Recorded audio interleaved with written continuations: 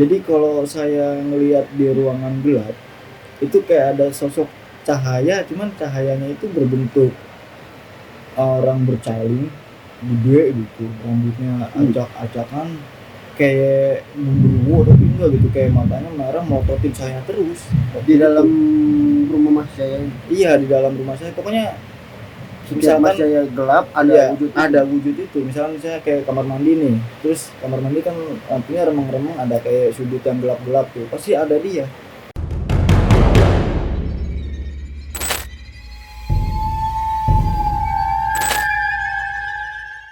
Halo Anojik Squad,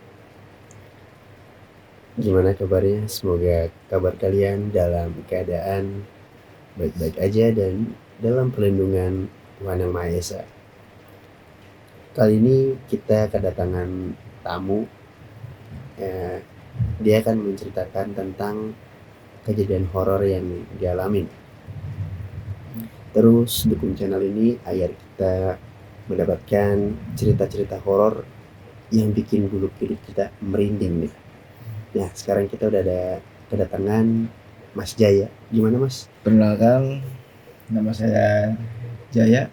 Jadi saya punya cerita horor sih. Itu cerita horornya itu kisah nyata yang pernah dialami sama saya pribadi itu waktu itu. Iya. Nah, jadi awal mulanya itu saya tuh kayak punya saudara lah ya, saudara mungkin disebut aja Uwa lah, Uwa Abuya gitu. Uwa Abuya itu dia punya istri. Nah, jadi ada nih salah satu orang yang nggak suka sama dia gitu, neror Sama tuh dia istrinya. istri. Ya. Terus diteror sampai beberapa hari, akhirnya minta tolong sama babe saya, Orang tua sendiri Mas? Iya, Orang tua saya sendiri. Nah, si Abuya ini, si Uwa saya minta tolong ke ayah saya waktu itu. Tolong nih, bisa nggak kira-kira buat ngeberesin kayak sebutnya kayak kiriman kayak gitu kan, kiriman mistis gitu lah ya, kalau kata itu kayak santet dan lain gitu. Iya, seperti itulah, mistis kayak gitu. Cuman ya udahlah, nggak apa-apa, coba nanti. Biasanya kan kalau ini orang-orang dulu suka sholat malam ya. Iya, Sholat malam kayak itu tuh, sholat malamnya itu berdua tuh sama mamang saya gitu, untuk biar membereskan si yang bukan ngaguna, maksudnya ngirim si ininya, istri Abuya. Nah, kalau kata kita mah dukunnya lah, biar ngirim ke dukunnya. Nah, di situ umur saya kalau nggak salah kejadiannya itu tahun 2014 kayaknya. 2014 kira-kira umurnya berapa? 17 tahun ada? Enggak, 19 tahun. 19 tahun. 19 tahunan, masih muda banget itu saya. Nah, jadi itu pengerjaannya itu enggak cuma satu malam. Kurang lebih itu melakukan ritual itu ya. Iya, untuk nolak kiriman dari itu dukun itu untuk istri Abu ya.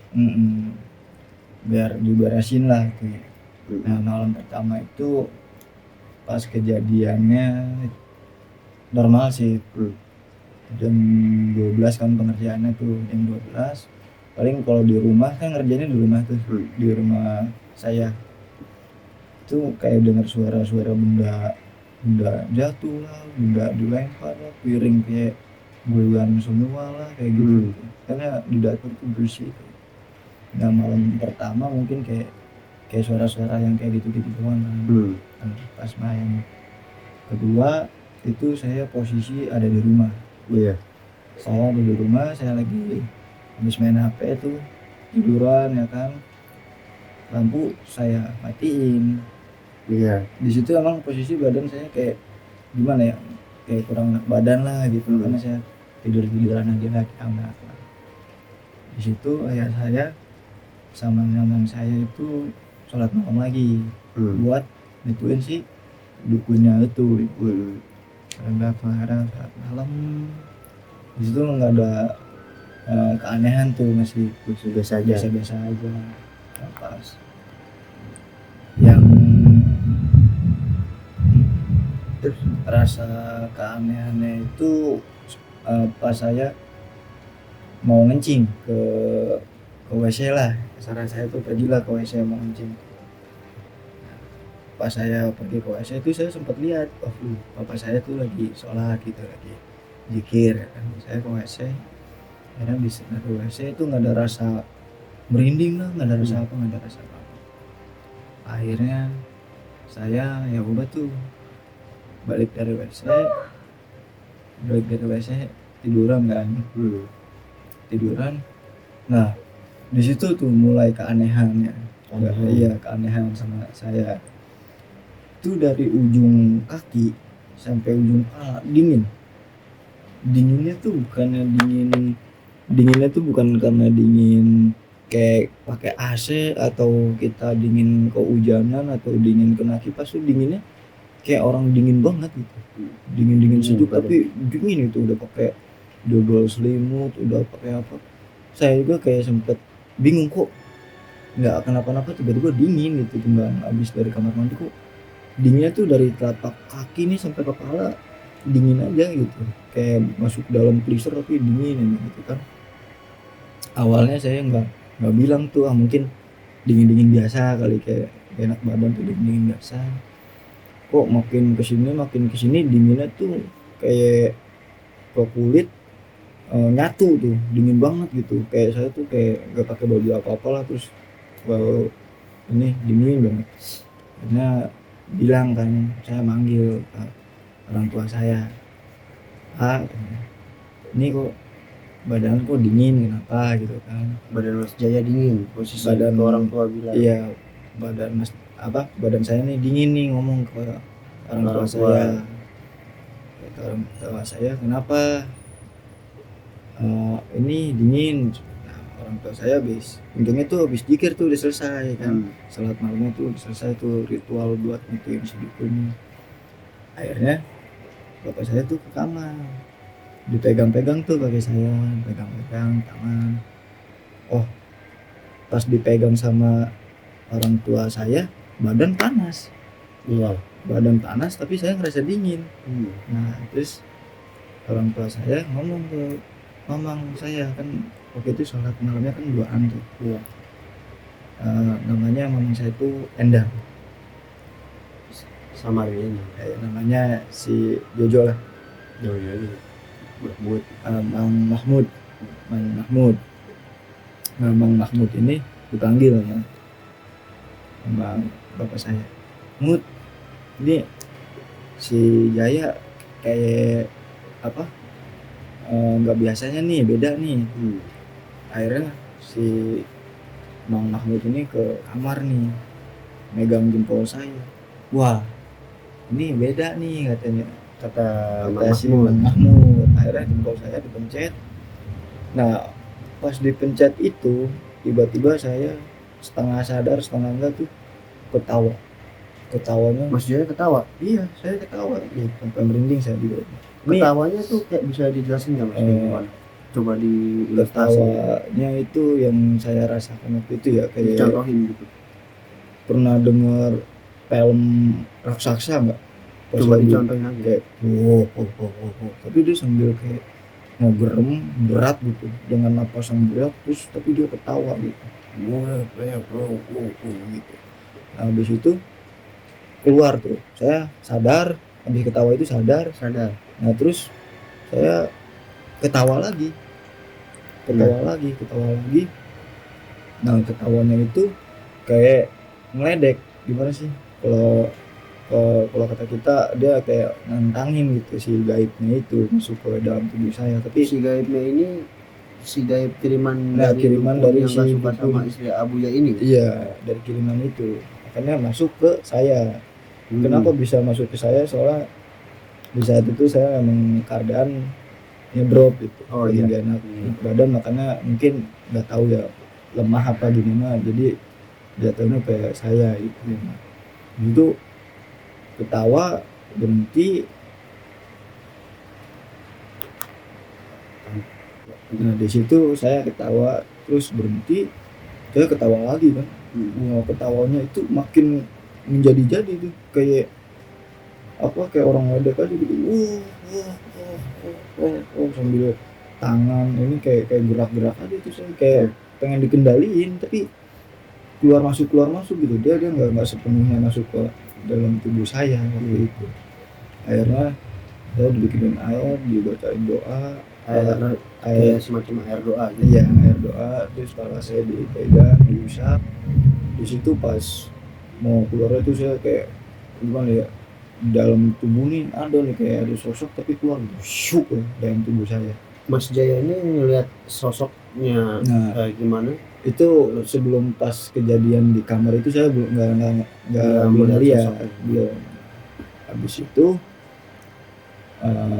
udah nih kan ceritanya, saya udah kesurupannya udah ketempelan mungkin ya, ketempelannya udah, terus ambil air doa. Nah di situ dari tubuh saya yang tadinya dingin banget biasa lagi, Udah normal. udah normal, cuman lemas waktu itu, badan saya langsung ngedrop, lemas.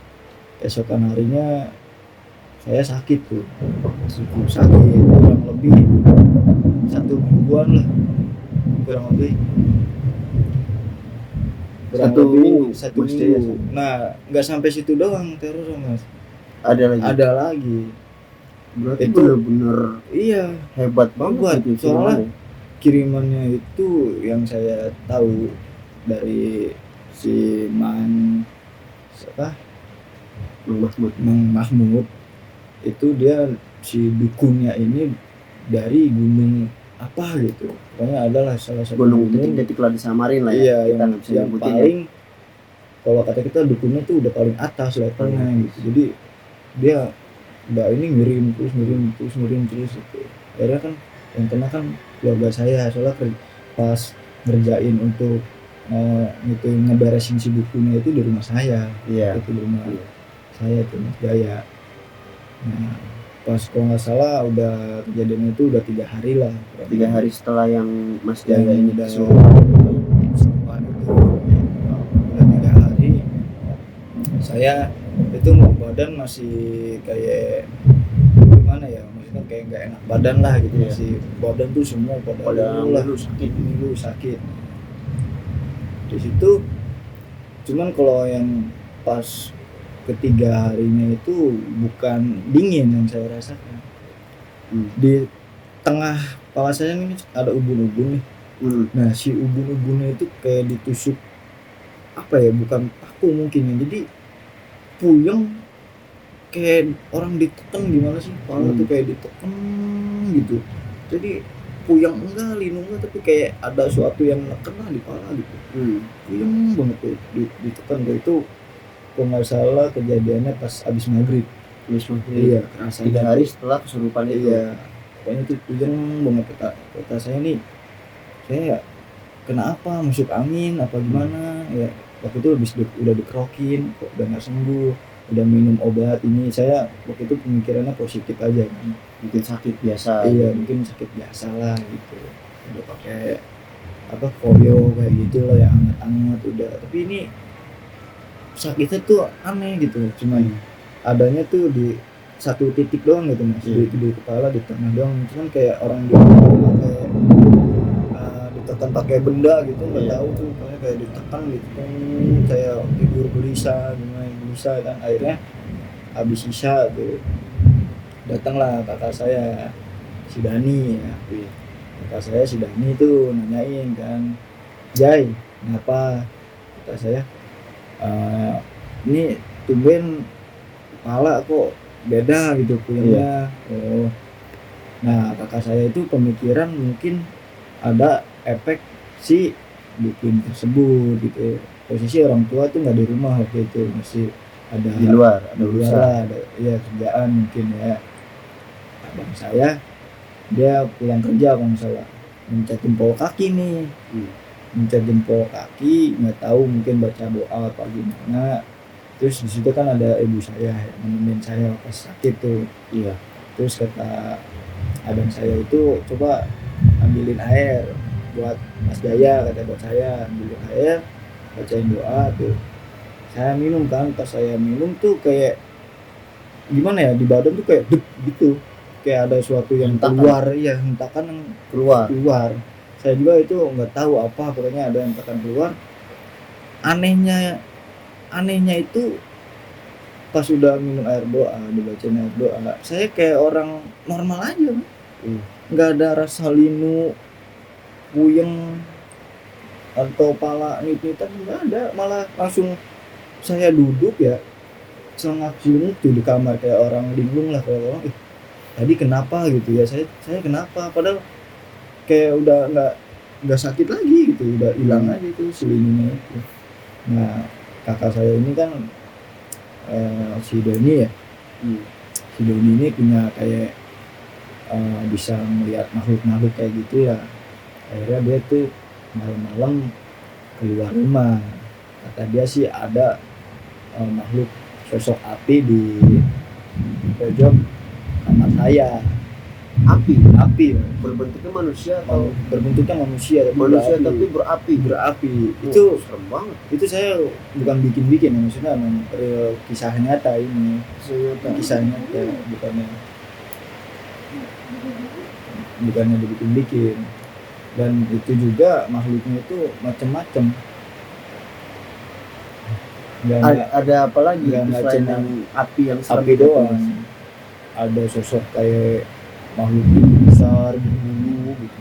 Jadi Berbulu kayak apa tuh kalau misalnya kita mau visualin kira-kira? mungkin kalau yang awamnya genderuwo kali ya, cuman Genderuwo? lebih kayak leak. Tahu nggak leak yang Bali? Becaling gitu. Becaling kayak gitu. Serem banget.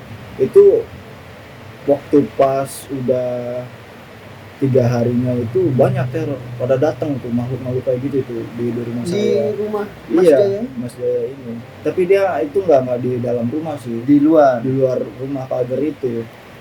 Nah, sampai ibu saya semua keluarga itu karena apa suka diimpiin, katanya ada bola api di rumah, ada manusia api, ada sosok makhluk tinggi gede kayak gitu. Tapi dia nggak berani nyerang ke rumah gitu kan. Akhirnya seminggu kemudian itu saya habis udah kemasukan makhluk kayak gitu, kayak ada suatu keanehan dalam diri saya. Jadi kalau saya ngelihat di ruangan gelap itu kayak ada sosok cahaya, cuman cahayanya itu berbentuk orang bercaling gede gitu, rambutnya acak-acakan kayak genderuwo, tapi enggak gitu, kayak matanya merah mototin saya terus di dalam rumah Mas Jaya ini. Iya, di dalam rumah saya. Pokoknya Setiap Mas Jaya gelap ada wujud itu. Misalnya saya kayak kamar mandi nih, terus kamar mandi kan lampunya remang-remang, ada kayak sudut yang gelap-gelap tuh, pasti ada dia yang ngototin saya aja kayak gitu. Itu terus mah yang Mas Jaya lakuin apa pas saya itu kaget, kayak astagfirullah, itu mungkin hanya ilusi saya doang gitu. Tapi memang kenyataannya ada. Saya pindah ke ruang tamu nih, terus lampunya saya matiin, ada. Terus saya ke kamar, lampunya saya matiin, ada gitu. Makanya kayak sempet sawan juga sih waktu itu. Berapa hari tuh Mas Jaya ngalamin itu? Itu kejadian kurang lebih lumayan lama, 3 harian kayaknya tuh. 3 hari ditaruh rusakan gitu? 3 hari. Cuman bayang-bayang doang. Saya ngobrol waktu itu sama orang tua, di teror bayang-bayangannya. Sehabis saya kemasukan kayak gitu tuh, kalau di tempat ada yang gelap-gelap gitu pasti ada bayangan dia gitu. Akhirnya dibacain doa kayak gitu. Terus saya dijikirin lagi, nggak tahu gimana, karena sama orang tua saya tadi itu Mamang Mahmud tadi itu. Mahmud itu adanya bapaknya Mas Jaya ini. Iya, itu di situ saya kan awalnya itu kan sakit ya, sakit seminggu terus sembuh. Nah habis sembuh itu pas ngeliat-ngeliat gaib-gaib bayangan itu saya jatuh sakit lagi. Jatuh sakit lagi. Berarti prosesnya lumayan lama ya? Lumayan lama, saya jatuh sakit lagi kurang lebih hampir lumayan lama sih, 6 hari 5 harian. Nah habis itu udah selesai lah ceritanya, masalahnya endingnya korban si istrinya uak saya itu yang diteror, alhamdulillah tuh udah sampai sekarang udah nggak diteror lagi. Istrinya Abuya ini Abuya udah nggak kena teror lagi. Nggak kena teror lagi. Makanya kenapa minta tolong sama ayah saya, ya keluarga saya yang kena waktu itu. Karena ngerjain, kalau kata kita, ritual sholat malamnya itu di rumah saya. Terus akhirnya nasib si dukun itu gimana menurut gambaran Mang Mahmud ini? Yang saya dengar sih yang dukun sononya ya jadi dia misalkan kan ngirim ke sini, kiriman dia ke sini, kalau misalkan di sininya nggak kenapa-napa, nanti si gaibnya itu malah makan yang si dukun gitu. Jadi timbal balik lagi ke dukunnya Iya. Ya sampai sekarang alhamdulillah sih, itu emang cerita paling ini sih dalam hidup Mas saya. Iya, ini emang kisah nyata sih, itu nggak pernah saya lupakan itu. Nah gara-gara mungkin saya dari kesurupan itu sampai sekarang saya bisa melihat makhluk gaib Mas Jaya. Iya. Paling serem dalam hidup Mas Jaya nih ngelihat sosok apa nih? Ya itu genderuwo leak Yang bercaling panjang iya, itu. leak itu. Ya udah itu doang. 3 hari itu di teror tuh. 3 hari di teror saya. Itu kalau nggak salah ya, saya lupa inget, hitam matanya merah tapi kayak melotot. Serem banget. Itu asli, bukannya saya bikin kayak gimana, mungkin yang orang awam belum melihat ya, mungkin ya bikin kali gitu, Tapi ini bener nyata. kalau udah ngelihat aslinya tuh sakit pasti orang tuh, nggak mungkin nggak sakit. Orang juga mungkin cerita juga kayak wah yang belum melihat mah bikin bohong, tapi kalau ini asli saya sumpah itu. Nah itu berikut dari ceritanya Mas Jaya yang dimana kesimpulannya ada orang yang terkena guna-guna cuman diobatin sama ayahnya Mas Jaya ini. Cuman karena guna-gunanya nggak kena ke istrinya Abuya ini, kenanya ke Mas Jaya. Dan untungnya Mas Jaya masih bisa terkontrol nih. Iya benar. Alhamdulillah.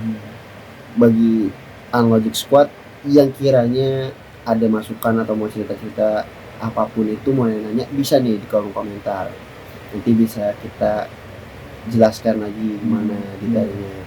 Mungkin Unlogic Squad di sana ada cerita-cerita unik dan menarik, bisa langsung kirim aja nih ke email yang ada di deskripsi ini gitu. Nah terus dukung channel ini agar kita mendapatkan cerita-cerita yang serem banget untuk nemenin kerja kita atau aktivitas yang lainnya gitu. Jangan lupa nih, tahu di subscribe YouTube channel ini, di like dan di komen, share ke teman-teman kalian semuanya, agar kita nih bisa mendapatkan cerita-cerita yang horor. Dan ini nyata loh, bukan dibuat-buat. Itu adalah salah satu kisahnya dari Mas Jaya. Nah ini sengaja semua nama-nama yang di sini disamarkan agar orang-orang yang di sekitar nggak tersinggung. Nah pesan-pesan dari Mas Jaya ini untuk Unlogic Squad apa yang harus disampaikan untuk cerita-cerita horor? Pesan-pesannya kalau cerita horor ini jangan lupa banyak berdoa mungkin ya. Doa itu penting. Kalau misalkan orang yang mungkin kosong tidak selalu berdoa, ya timbal baliknya nanti ke diri kita juga gitu.